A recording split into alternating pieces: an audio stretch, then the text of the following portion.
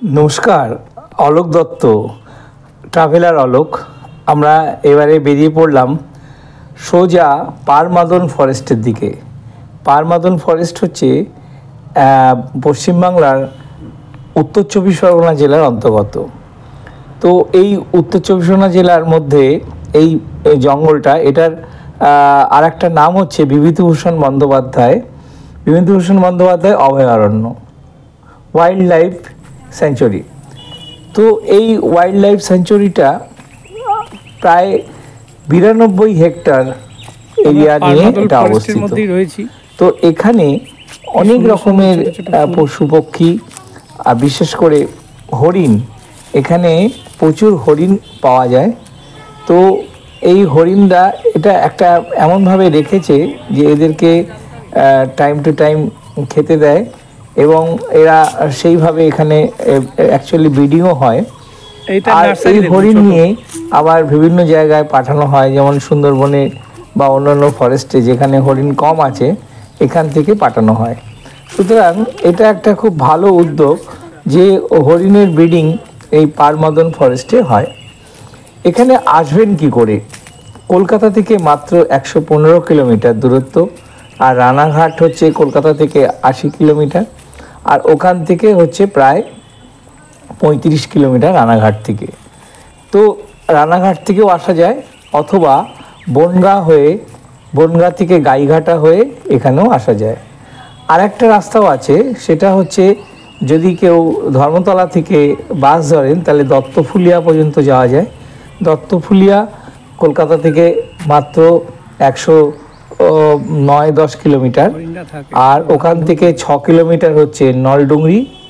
এই নলডুংরিতে এসে ওখান থেকে মাত্র 3 কিলোমিটার হচ্ছে পারমাদন ফরেস্ট।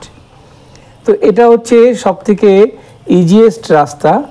তো এই রাস্তা ধরে যদি কেউ আসে বা যদি নিজেরা গাড়ি নিয়ে আসেন তাহলেও কোনো অসুবিধা নেই। মাত্র 115 কিলোমিটার রাস্তা টোটাল কলকাতা থেকে। তো এটা যে কেউ আসতে পারেন এবং উইকেন্ড ট্যুরের জন্য সব থেকে ভালো হচ্ছে। আর বেস্ট টাইম হচ্ছে এখানে এরা বলছে যে রেনি সিজনে নাকি খুব ভালো, রেনি সিজনে খুব ভালো, অনেক পশু পক্ষীও দেখা যায়।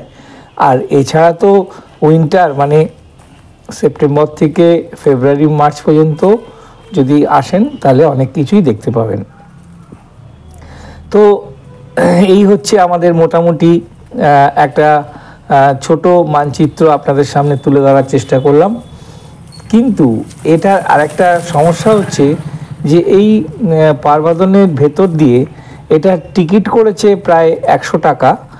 100 টাকা টিকিটটা অনেকটাই বেশি। যাই হোক, অনেকের আপত্তি আছে যে এতটা হাঁটা হচ্ছে অথচ তেমন কিছু দেখা যায় না।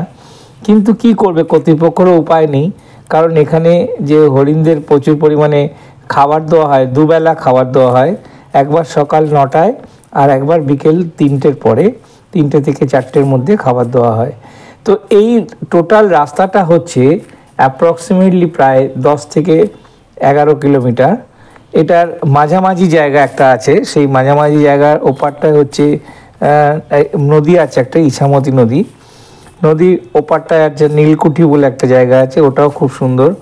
আপনারা চাইলে যদি হেঁটে বা আসেন তাহলে ওইখান থেকে ইছামতি নদী পার হয়ে এখানে মাত্র 10 টাকা করে নেয়, মানে আপ ডাউন 20 টাকা। আর এই পারমাদন ফরেস্টের টিকিট হচ্ছে 100 টাকা। এই হচ্ছে মোটামুটি খরচ। আর এই যে টোটাল এটা হচ্ছে 92 হেক্টর, মানে প্রায় 276 বিঘে জমির উপর। তো এই টোটাল এরিয়াটা যদি হেঁটে কভার করেন তাহলে আপনার প্রায় 10 থেকে 12 কিলোমিটার হাঁটতে হবে। তো এটা মাথায় রেখেই যে এখানে কি করে আসবেন এবং কোথায় কোথায় কি দেখবেন, তার থেকে বড় কথা হচ্ছে কতটা হাঁটতে পারবেন। যদি এটা পুরোটা ফরেস্টটাকে কভার করেন তাহলে আপনাকে অতটা হেঁটে এখানে আসতে হবে। তো এই হচ্ছে মোটামুটি আমাদের একটা ছোটোখাটো সিনপসিস দিলাম পারমাদনের উপরে।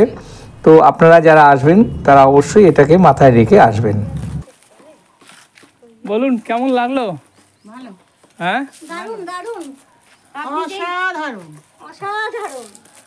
আচ্ছা, এর থেকে বাবা আমাদের রেস্ট ভিউটাই ভালো ছিল। আবার আমি বলেছি যারা যারা নেগেটিভ কমেন্ট করবে তাদের আর পরের বার আনা হবে না এখানে। এখানে আনলে এমনি আসবো না। এখানে তো আর হবে না, পরের ট্রিপে বাদ। ওইটুকু আমরা স্যাক্রিফাইস করতেই পারি। ঠিক আছে, একটু স্যাক্রিফাইস করলাম না, একটু বসতেই দিলাম। এই আমার বাচ্চাটা চলে গেছে না। আমরা এই দীর্ঘ পথ পরিক্রমার মাঝখানে কয়েক জায়গায় বসার জায়গা আছে, তো সেখানে একটু বিশ্রাম নিয়ে আবার বেরিয়ে পড়েছি, কারণ এটা পুরো কভার করতে হবে। আবার আমাদের দুপুরের লাঞ্চ আছে এই পারমাদল ঠিক ফরেস্টের উল্টো দিকে একটা তৃপ্তি হোটেল বলে একটা হোটেল আছে, ছোট হোটেল। সে অর্ডার না পেলে সে রান্না করে না, তো তাকে আমরা অলরেডি অর্ডার দিয়ে এসেছি যে ভাত, ডাল, আলু ভাজা, একটা সবজি, হ্যাঁ, আর যদি কেউ ডিমের অমলেট খায়। তো এটা খুবই সস্তা, মাত্র 75 টাকা করে, আর ডিমের অমলেটটা আলাদা 10 টাকা। তো যাই হোক, এটা আমরা অলরেডি অর্ডার দিয়ে এসেছি।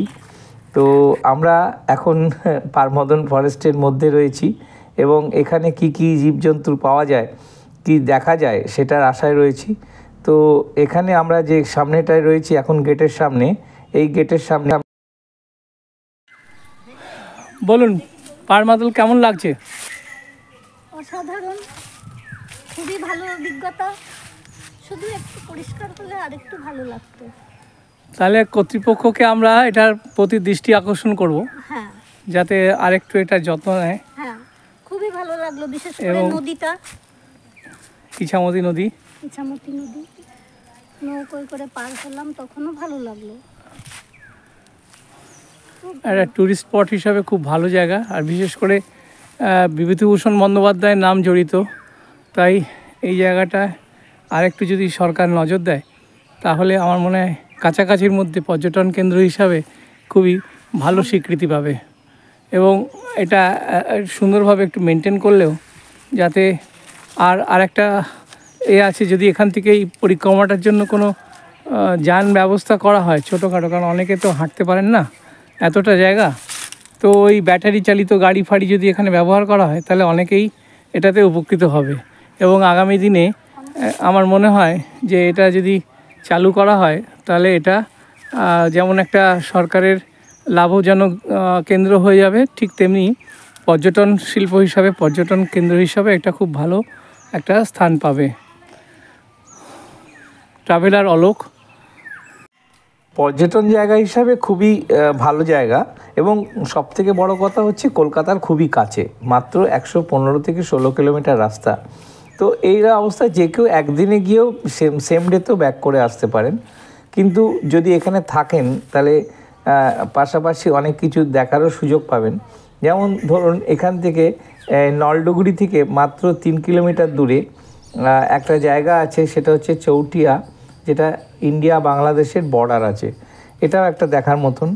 তো এখান থেকে আমরা যেটা দেখতে দেখতে চলে এসেছি, এখন এই মুহূর্তে রয়েছি আমরা একটা ময়ূরীর একটা খাঁচা বলতে পারেন, বেশ বড় ধরনের খাঁচা, যদিও এটা এখানে খুব এইভাবে প্রতিপালিত হয় এবং এদেরকে নিয়মিত খাবার দেওয়া হয়। ভেতরে দেখা যাচ্ছে বিভিন্ন রকম গাজর বা অনেক ফলের কুচো আছে।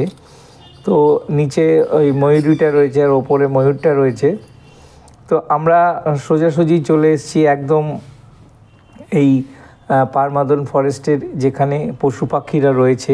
ভেতরে হরিণ আমরা মাঝে মাঝে দেখেছি, তো আশা করব যে এই খাবার সময়টা হরিণ দেখার একটা সুযোগ আছে।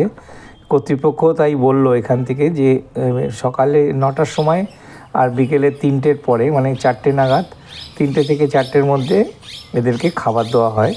তো আমরা যদি অপেক্ষা করছি, কারণ আমাদের আবার একটু আগে লাঞ্চ ব্রেক নিতে হবে। তো লাঞ্চ ব্রেক করে এসে আমরা এরপরে যে এদের খাবার টাবার দেবে সেই সময়টা আমরা দেখার চেষ্টা করছি। যদি আমরা সৌভাগ্য হয় আমাদের, তাহলে আমরা দেখতে পাবো। এই মুহূর্তে আমরা রয়েছি একটা ময়ূরের সামনে, ময়ূরী দুজনই আছে, ময়ূরীটা নিচে আছে, ময়ূরটা ওপরে আছে। তো এর পাশাপাশি অনেকগুলো আছে, যেমন আমরা আসার সময় দেখেছি যে এখানে অনেক কচ্ছপের ব্রিডিংও হয়, কচ্ছপ, ছোট ছোট কচ্ছপ, তাছাড়াও বিভিন্ন প্রজাতির পায়রাও আছে। তো আমরা এরপরে ময়ূরের পাশেই চলে আসছি। হ্যাঁ, দেখতেই পাচ্ছেন এখানে প্রচুর পরিমাণে কচ্ছপ রয়েছে, বিভিন্ন প্রজাতির কচ্ছপ। এখানে ছোট ছোট বাচ্চা পেরেছে, অনেক ছোট বাচ্চা রয়েছে, কি সুন্দরভাবে এদেরকে যত্ন করা হয়। এবং এখানে এই প্রচুর পরিমাণে কচ্ছপ বড় করে এরা নদীতে ছেড়ে দেয়, বা বিশেষ করে সুন্দরবনের বিভিন্ন যে নোনা জল আছে সেই সব জায়গায় এই কচ্ছপগুলোকে ছেড়ে দিয়ে আসা হয়। তো এটা খুব ভালো উদ্যোগ যে এখানে এরকম জায়গায় একটা পশু পক্ষীদের করে সেটা থেকে বড় করে তাদেরকে আস্তে করে জঙ্গলে বা বিভিন্ন নদীতে ছেড়ে দেওয়া হয়। এই উদ্যোগটা গভর্নমেন্টের খুবই ভালো উদ্যোগ, এবং আমি সাধুবাদ জানাই যে এরকমভাবে যে পশু পক্ষীদের লালন পালন করে তাদেরকে আবার তাদের জায়গায় ফিরিয়ে দেওয়া, এটা খুবই মানে সুন্দর একটা প্রকৃষ্ট উদাহরণ বলা যায়। তো যাই হোক, আমরা দেখতে দেখতে চলে আসছি এই কচ্ছপের যে এটা আছে, এখান থেকে আমরা আস্তে আস্তে আরেকটু এগিয়ে যাচ্ছি। এখানে অনেক পাখিও রয়েছে, যেমন বিশেষ করে টিয়া পাখি, তারপরে অনেক রকম পাখিও রয়েছে। তো এই মুহূর্তে আমরা রয়েছি এখন এই কচ্ছপের সামনেই। এরপরের যেটা আছে সেখানে আমরা চলে যাব। তো দেখছি একটা কচ্ছপ আবার সেই চৌবাচ্চা থেকে ওপরে ওঠার চেষ্টা করছে। হ্যাঁ, এখানে দেখতে পাচ্ছেন। হ্যাঁ, এরপরে চলে এসেছি আমরা একদম পাখির খাঁচার সামনে। এখানে প্রচুর টিয়া পাখি এবং নানা রকমের নানা প্রজাতির পাখি রয়েছে। এখানে একটা খাঁচার মধ্যেই সব রয়েছে, এবং এর পাশে ওই ওপরে দেখা যাচ্ছে সব বসে আছে। হ্যাঁ, টিয়া পাখি নানা রকমের কালার, বিভিন্ন রকমের প্রজাতির, সাদা, সবুজ, হলুদ, এরকম অনেক রকমের পাখি রয়েছে। আমি সবার নামও জানি না। ওখানে গেটের সামনে যে বোর্ড আছে সেই বোর্ডে দেওয়া আছে অনেক কত প্রজাতির পাখি এখানে আসে, বিশেষ করে এই রেনি সিজনে। আর এছাড়াও শীতকালেও অনেক প্রকৃতির পাখিরা এখানে আসে। তো যেটা বলছিলাম যে এখানে আসবেন কিভাবে, দত্তফুলিয়া হয়েও আসতে পারেন, অথবা বনগাঁ থেকে গাইঘাটা হয়ে এখানে আসতে পারেন। আর আমার মনে হয় সবথেকে ইজিয়েস্ট রাস্তা হচ্ছে আপনার রানাঘাট দিয়ে যাওয়া।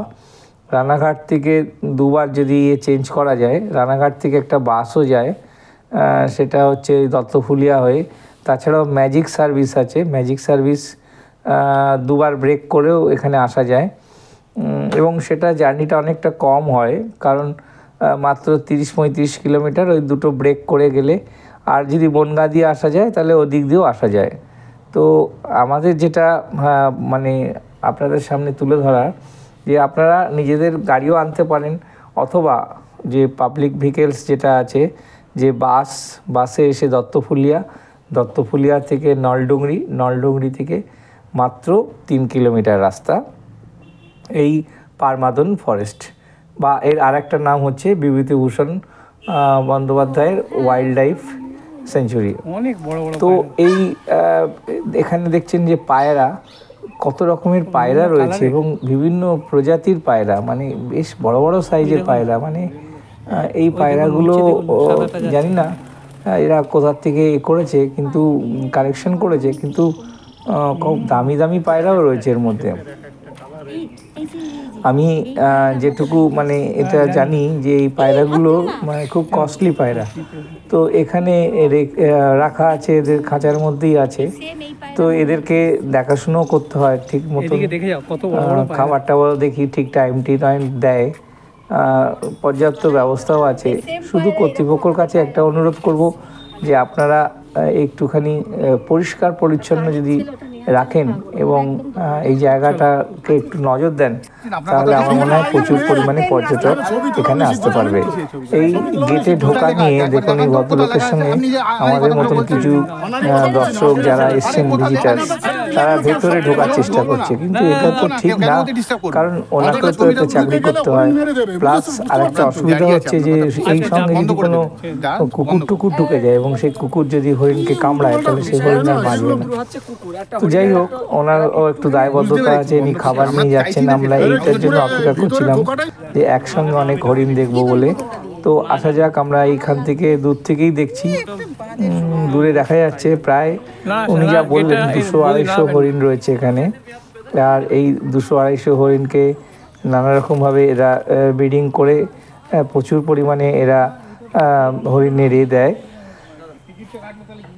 এই হরিণগুলোকে এরা যে দুবেলায় খাবার দেয়, ভেতরে দেখা যাচ্ছে দূরে ওই ভদ্রলোক যিনি গেট দিয়ে ঢুকলেন, ইনি বনকর্মী।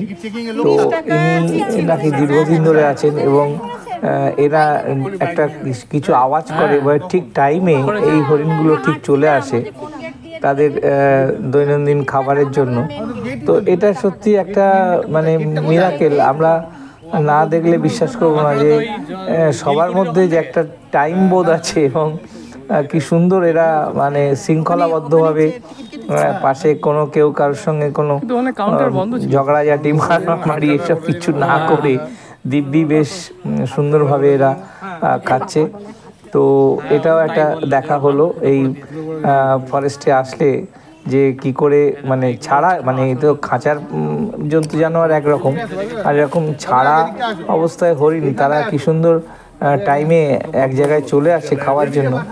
এটা ঠিক না দেখলে বিশ্বাস করা যায় না। তো আমার অনুরোধ, আপনারা যদি আসেন তাহলে অবশ্যই একটা টাইম বেছে নেবেন, হয় সকাল 9টার মধ্যে আসলে, আর না হলে বিকেল 3টের পরে, 3টে থেকে 4টে, এই সময়টার জন্য একটু অপেক্ষা করবেন। এবং এটা একটু দেখলে আমার মনে হয় আপনাদের ভালো লাগবে যে একসঙ্গে এরকম এতগুলো হরিণ ছাড়া অবস্থায়, কোনো খাঁচার মধ্যে না, সেই ছাড়া অবস্থায় এতটা হরিণ একসঙ্গে এক জায়গায় একত্রিত হয়। আর এটা সব থেকে সুবিধা হচ্ছে যে এখানে ওই ভদ্রলোক এখন ওই খাবার দিয়ে চলে আসছেন ভ্যান নিয়ে, কিন্তু হরিণগুলো কি সুন্দর শৃঙ্খলাবদ্ধভাবে মানে একে অপরের প্রতি কোনো রকমই না, যে যেরকম জায়গায় পাচ্ছে সেরকমভাবে তারা খাচ্ছে। এবং এই ভদ্রলোক খাবার দিয়ে চলে আসছেন। খুবই দায়িত্ববান লোক দেখলাম, মানে খুব দায়িত্বশীল। তিনি যথেষ্ট যত্ন সহকারে এখানে এদেরকে প্রতিপালন করেন। এবং আমি তো বলবো আমাদের মতন কিছু দর্শক আছে বা যারা এইটাকে একটু ভেতরে ঢোকার জন্য খুবই আবদার করছিল, কিন্তু এটা তো নিয়ম না, না, ওনার একটা রুজি রুটির ব্যাপার আছে। সুতরাং সেইখানে তার একে অবজ্ঞা করাটা ঠিক না। যাই হোক, আমরা অনেকগুলো হরিণ দেখতেই পাচ্ছেন, প্রায় 250-300 মতন হরিণ আছে এখানে। এবং প্রায় প্রত্যেকেই চলে আসে এই খাবার টাইমে, কারণ খাবারটা তো একটা এসেনশিয়াল জিনিস, সবারই দরকার হয়। সে আমরা কেন, যে কোনো জীবজন্তু জানোয়ার সবারই খাবারের প্রয়োজন হয়। তো আমি আপনাদেরকে আর বেশিক্ষণ দেখাতে পারবো না, কারণ আমাদেরও বেরোবার সময় হয়ে গেছে। তো আমি ট্রাভেলার অলোক আপনাদেরকে অনুরোধ করব, যদি আপনারা উইকেন্ড ট্যুর করতে চান তাহলে এখানে চলে আসবেন, কিন্তু একটু শীতকাল হলে ভালো হয়, অথবা বর্ষাকালেও আসতে পারেন। ভালো থাকবেন, সুস্থ থাকবেন। ট্রাভেলার অলোক।